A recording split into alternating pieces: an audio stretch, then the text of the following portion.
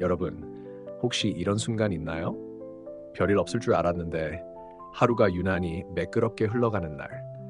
작은 일들이 술술 풀리고 우연도 내 편인 것처럼 느껴져서 오늘은 뭔가 괜찮은데 하고 웃게 되는 날이요. 그런데 이상하게도 그럴수록 마음 한구석이 조용히 서늘해지는 날. 현진건의 단편 운수 좋은 날은 바로 그 좋은 운이 가장 잔인한 방식으로 뒤집히는 이야기입니다. 제목은 분명 운수 좋은 날인데 읽고 나면 가슴이 먹먹해지는 이야기죠.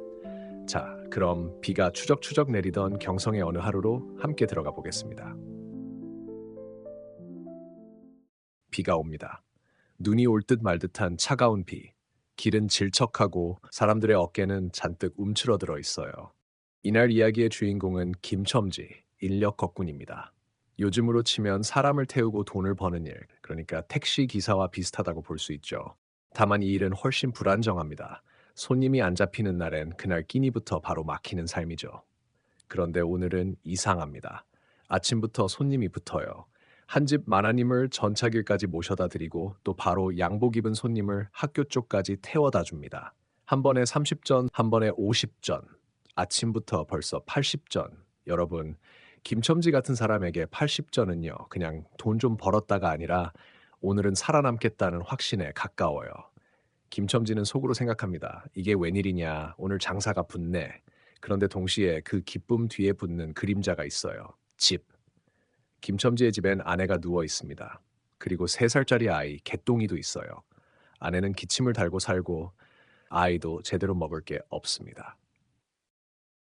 김첨지의 아내는 오래 앓고 있습니다. 기침이 한두 번이 아니고 숨이 넘어갈 듯한 기침이 계속 이어져요. 그런데 더 문제는 김첨지가 의사도 약도 제대로 쓰지 않으려 한다는 거예요.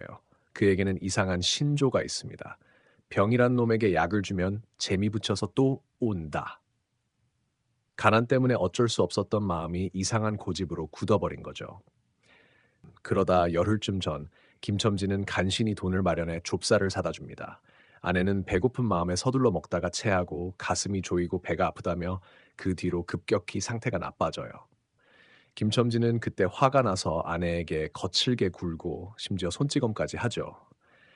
그런데 그 장면이 더 슬픈 이유는 그가 원래 잔인한 사람이어서가 아니라 가난과 공포 때문에 사람이 망가져서 그래요. 내가 이렇게까지 했는데도 어쩔 수 없구나 하는 절망이 화를 더 크게 만들어 버린 겁니다. 아내는 사흘 전부터 계속 한 가지를 말합니다. 설렁탕, 설렁탕 국물. 그 말이 김첨지 귀에 박혀 있어요. 입으로는 조밥도 못 먹는 사람이 무슨 설렁탕이냐 하고 쏘아붙이지만 속은 불편합니다. 못 해주는 게 마음에 걸려요. 그날 아침 김첨지가 나가려는데요. 아내가 힘겹게 붙잡습니다. 오늘은 나가지 말아요. 나가도 일찍 들어와요. 기침이 너무 심해서 말이 뚝뚝 끊기고 얼굴은 이미 하얗게 질려 있어요. 여러분이라면 그 자리에서 발이 떨어질까요? 아내가 저렇게 누워 있는데요. 그런데 김첨지는 나갑니다. 나갈 수밖에 없어요. 왜냐하면 돈이 없으면 아내도 아이도 버틸 수 없으니까. 그래서 김첨지는 또 거칠게 말합니다. 죽긴 왜 죽어? 내가 돈 벌어올 테니까 기다려. 이 말이 잔인한 이유는 진짜 마음이 반대이기 때문이죠. 제발 죽지 말라는 마음이 가난에 눌려 다정함이 아니라 거친 소리로 튀어나온 거죠. 자, 장면을 다시 거리로 돌려볼게요. 김첨지는 비 오는 거리를 끌고 다니다가 학생 하나를 만납니다. 학생이 묻죠. 남대문 정거장까지 얼마요? 남대문 정거장은 멉니다. 비도 오고 길도 질척하고 힘들어요. 김첨지는 순간 망설입니다. 그런데 또 한편으로는 생각합니다. 오늘 같은 날이 흔한가? 오늘 더 벌어야 한다. 그래서 김첨지는 큰 돈을 부릅니다. 1원 50전. 자기 입에서 그 액수가 나오는 순간 김첨지도 놀랐을 거예요. 그런데 학생은 탑니다. 김첨지는 미친 듯이 끕니다. 비를 맞으며 진흙을 튀기며 숨이 차도 멈출 수 없어요. 그런데 이상하죠. 집 근처를 스칠 때마다 김첨지 마음이 덜컥 내려앉습니다. 아내는 지금 어떨까? 혹시 내가 늦는 사이 잘 풀릴수록 오히려 마음은 더 조여오고 불안은 더 커져갑니다. 그래도 그는 계속 달립니다. 남대문 정거장에 도착해서 1원 50전을 손에 쥐는 순간 기쁨이 확 터졌다가 곧바로 욕이 튀어나옵니다. 이 빗속을 다시 비닐력 끌고 돌아가야 하다니 기쁨과 피로, 불안이 한꺼번에 뒤엉켜요. 보통이면 이제 집에 가야 합니다. 아내가 걱정되니까요. 그런데 김첨지는 정거장 근처에서 또 빙빙 돕니다. 이상하게도 오늘은 운이 너무 붙어 있어서 그걸 놓치면 안 될 것 같아요. 그는 전차 정류장 근처를 서성입니다. 손님을 노려요. 한 여자를 붙잡았다가 호되게 면박을 당하고 물러서기도 합니다. 창피하고 화가 나요. 하지만 또 돌아옵니다. 돈이 필요하니까요. 그때 전차가 꽉 차서 떠나려는데 짐이 많거나 사정이 있어 전차를 못 탄 손님이 남습니다.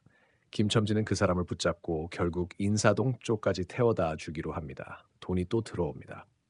여러분, 이게 무슨 의미냐면요. 김첨지는 멈추지 못합니다. 조금만 더 벌어야 한다는 생각이 그를 계속 끌고 가요. 조금만 더 벌면 설렁탕도 사고 아이 것도 사고 혹시 약도 살 수 있을지 몰라요. 하지만 그 조금만 더가 쌓일수록 집으로 가는 시간은 늦어집니다. 돌아오는 길에 김첨지는 치삼을 만납니다. 치삼이 말하죠. 야, 오늘 장사 잘 됐다며 한잔하자. 김첨지는 마음이 급합니다. 집이 떠오릅니다. 아내가 떠오릅니다. 그런데도 이상하게도 치삼의 제안이 구원처럼 느껴집니다. 왜냐하면 집에 가서 마주할 현실이 무서우니까요. 혹시 아내가 정말 잘못돼 있으면 어떡하지? 그 생각이 너무 무거워서 사람은 때로 현실을 한번 미룹니다. 술 한 잔이라는 핑계로요. 그래서 둘은 선술집에 들어갑니다. 막걸리가 돌고 추어탕이 나오고 빈대떡을 먹습니다. 김첨지는 오늘 번 돈을 자랑하듯 말하다가 갑자기 과장하고 소리를 지르고 돈을 집어던지기도 합니다. 그러다 갑자기 울어버려요. 그리고 입에서 튀어나오는 말이 섬뜩합니다. 우리 마누라가 죽었다. 치삼이 놀라서 묻죠. 언제? 김첨지는 울면서 대답합니다. 오늘이지. 그런데 곧 또 웃습니다. 죽긴 누가 죽어? 속았지? 여러분, 이 장면이 정말 무섭습니다. 농담이 아니라 김첨지 마음이 이미 절벽 끝에 서 있다는 증거예요. 죽었다는 말을 입에 올리면서도 사실은 안 죽었으면 하는 마음이 찢어지는 겁니다. 술이 불안을 지워주지 않아요. 오히려 불안을 더 크게 울립니다. 김첨지는 결국 선술집을 나옵니다. 비는 여전히 옵니다. 어둠은 더 내려앉았고 김첨지 걸음은 비틀거립니다. 그런데도 한 가지는 잊지 않아요. 설렁탕. 아내가 그토록 말하던 설렁탕 국물. 김첨지는 설렁탕을 삽니다. 그리고 그걸 품에 꼭 안고 집으로 갑니다. 그래, 오늘 벌었으니 먹일 수 있다. 따뜻한 거 먹이면 기운이 좀 날 거야. 오늘의 운이 아내를 살리는 마지막 끈이길 바라면서요. 드디어 집 앞입니다. 김첨지는 문을 열고 들어가며 소리칩니다. 여보, 나 왔소. 설렁탕 사왔소. 그런데 대답이 없습니다. 기침 소리도 없습니다. 여러분, 이 정적이 이상하죠. 원래라면 숨 넘어가는 기침 소리가 집안의 공기처럼 깔려 있어야 하거든요. 그런데 대신 들리는 소리가 있어요. 빡빡. 개똥이가 젖을 빠는 소리입니다. 그런데 그 젖이 비어 있어요. 아이는 배가 고파서 붙들고 빨고 있는데 나오는 게 없는 겁니다. 김첨지의 가슴이 철렁 내려앉습니다. 그는 일부러 더 크게 소리칩니다. 마치 그 소리로 불길함을 쫓아내려는 것처럼요. 김첨지는 방문을 열고 들어갑니다. 그리고 아내에게 다가갑니다. 일어나, 설렁탕 왔다니까. 그런데 아내는 움직이지 않습니다. 김첨지는 발로 툭툭 건드립니다. 그 순간 느껴지는 감촉이 사람 살이 아니라 딱딱한 나무 같아요. 그제야 김첨지는 봅니다. 아내의 눈, 천장을 향해 떠 있는 눈, 아내는 이미 죽어 있습니다. 그 자리에서 김첨지는 무너집니다. 손에 든 설렁탕이 갑자기 세상에서 제일 쓸모없는 것이 되어버리죠. 그는 울부짖습니다. 설렁탕을 사다 놓았는데 왜 먹지를 못해? 그리고 마지막에 이 소설의 제목을 가장 잔인하게 뒤집는 말을 합니다. 오늘 운수가 좋더니만. 여러분, 이 이야기가 더 가슴을 조이는 건 결말이 슬프기 때문만은 아닙니다. 김첨지는 아내를 미워한 사람이 아니에요. 살리려고 뛰었습니다. 약을 못 쓰는 무지와 고집조차 사실은 가난이 만든 왜곡이었죠. 그런데 가난은 사랑을 지키는 방식까지 망가뜨립니다. 옆에 있어야 할 순간에 돈을 벌러 나가게 만들고 돈을 벌어 돌아오면 이미 끝나 있게 만듭니다. 그래서 운수 좋은 날은 운이 좋았던 하루가 아니라 가난한 사람에게 운이란 무엇이었는가를 묻는 이야기입니다. 지금까지 운수 좋은 날 함께 해주셔서 고맙습니다. 다음 시간에도 이렇게 오래 남는 이야기로 다시 만날게요. 구독과 좋아요는 큰 힘이 됩니다. 고맙습니다.